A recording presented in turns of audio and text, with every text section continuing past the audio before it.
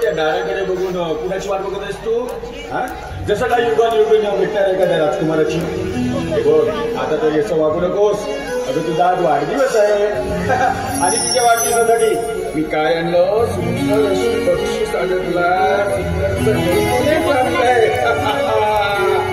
आता तरी खुश. हे बघ कसं आहे, सुंदर असं नेकलेस आणलं. काय बघ अशी काय बोलतेस? हे बघ हे जर नेकलेस तुला आवडले नसेल तर देऊन टाकूया तुझ्या मैत्रिणीला. नाहीतरी मी आणलेली वस्तू तुला कुठे सांगायची?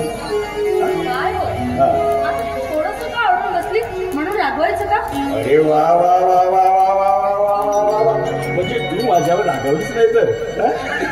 अगं मी उगीच शंका काही बसलोय. पण काय कर तिकडे मला सांग.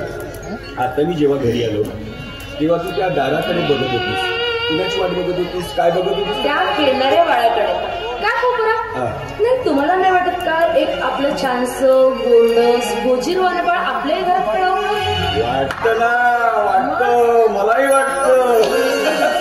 आणि कसे प्रयत्न सुरू आहेत देवाची करणी आणि नारळाची पाणी. अगे गीता इकडे मला सांग. आपल्या घरी जर बाळ जन्माला आलं तर माझ्यावरचं प्रेम तर करणार नाही ना? अजिबात नाही. म्हणून त्या प्रेमात बरं तुम्ही ते सांगा की तुमची गरम चालेल. चहा वगैरे राहू दे बाजूला. अरे या गुलाबी थंडीमध्ये तुला असं नाही वाटत का की आपण जशी पाखरे बघ ना, पाखरे कसे गुलाबी थंडीमध्ये प्रेमामध्ये चोची चोट घालून प्रेम करतात. मग त्या गुलाबी थंडीमध्ये आपण प्रेमाचा स्वर का छेडू नये?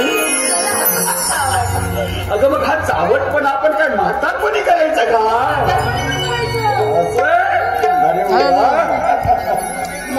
मला नाही आहे. तू माझ्या जीवनात आलीस आणि पाठ बनाना पाठ बन इसको एडिट करने के बाद मैं गीता.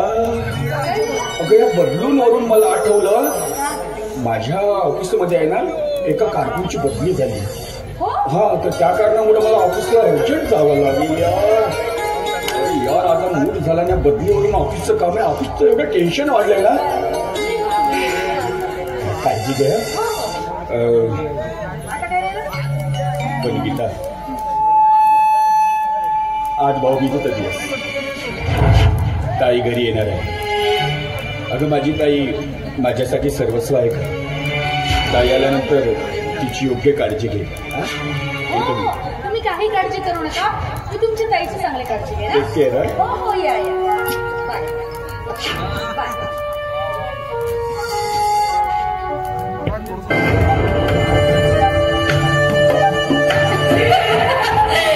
निश्चिंत सारं कसं व्यवस्थित बघेन मी. कुठल्याही गोष्टीची कमतरता वाटू देणार नाही. तुम्ही भाव असाल मी वाहिनी आहे. बाहेरून झुडूक असणारं माझं मन आतून कसं वादळाप्रमाणे थैमान घालतं ना, ते नाही करायचं तुम्हाला. कारण सारे निर्णय त्या सटवीच्या मताचे. त्या सटवीच्या प्रेमात आधीन झाला तुम्ही. पण मी गीता आहे म्हटलं, गीता नाही तुमच्या बहीण भावाच्या प्रेमाला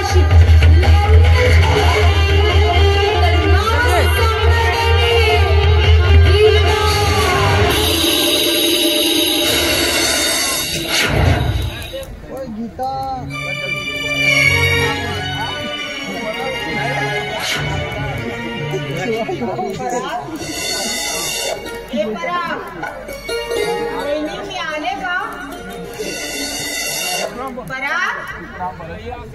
या कौशल्याताई या. तुमचीच वाट बघत होती मी. आता सासरचं घर सुटलं तर माहेरची धाव घेणारच. बोला काय सेवा करू मी तुमची? नाही तुमची सेवा करीत नाही असं कधी कळवलं का तुमच्या भावाला? नाही तशी तक्रार होती म्हणून विचारत. बोला काय सेवा करू मी तुमची? मी आणि तुझ्याबद्दल नाही ग वहिनी. मी तर परागजवळ तुझ्याबद्दल काही सुद्धा बोललेली नाहीये. हो का? मग मलाच वेळ लागला असेल नाही. पण मी काय म्हणते कौशल्याताई ते नीट ऐका. अहो आम्ही पुरवलेले पैशाची भीक कुठपर्यंत मागताय तुम्ही? आम्हालाही आमचा संसार आहे म्हटलं आणि तुमच्या संसारामध्ये मी पिसली जाते याचं काय?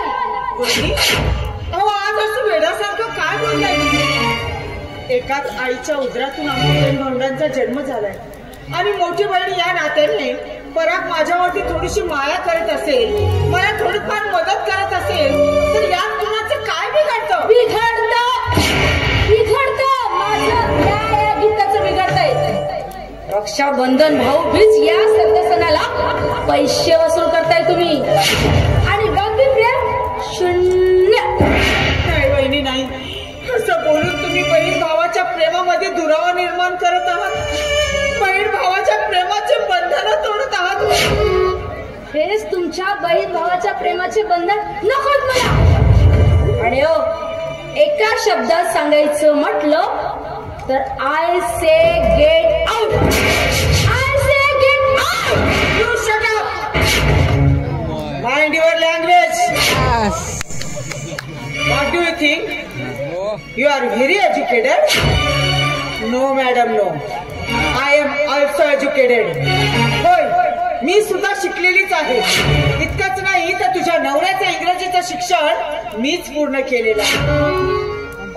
पण आजच्या घडीला मी खूप आधांतरी आहे ग.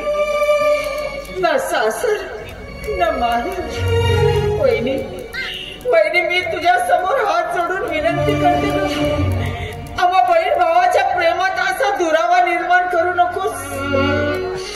कसं सांगू ग तुला, माझी लेक आंधळी झालेली आहे आणि तिच्या डोळ्याच्या ऑपरेशन साठी मला पैशांची अत्यंत गरज आहे. आणि वहिनी तू सांग ना, मला तुमच्याशिवाय आधार तरी कोणाचा आहे का? सांग ना. तुझी पूर आधी झाली काय आणि मेली काय याच्याशी काही घेणं देणं नाही. आणि काय आम्ही या घरामध्ये काही बँक खोलून ठेवलेली नाही. कुणी यावं आणि पैसे काढून घ्यावं जावं. तेव्हा मी काय म्हणते, असं कुत्र्यासारखी भुंकण्यापेक्षा आल्या वाट्यानं फुकटायचं. कारण हे घर माझ्या वडिलांचं आहे, तुझ्या परागचं नाही. आणि पुन्हा तुला तुझ्या भावाला सुखद बघायचं असेल ना तर या घरात पुन्हा पाऊल ठेवायचं नाही.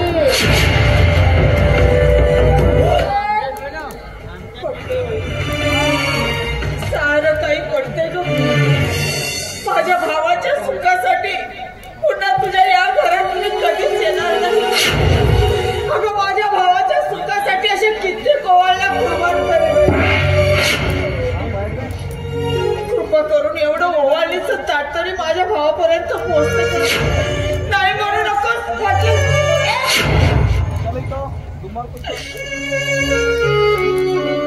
येते मी.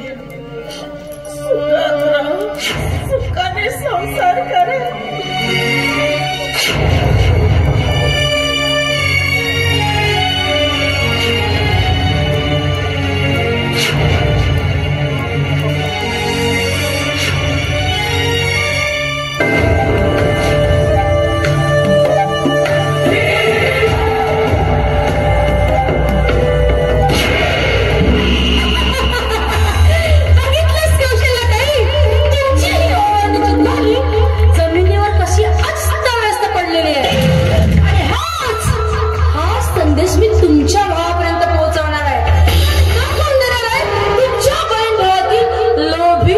प्रेम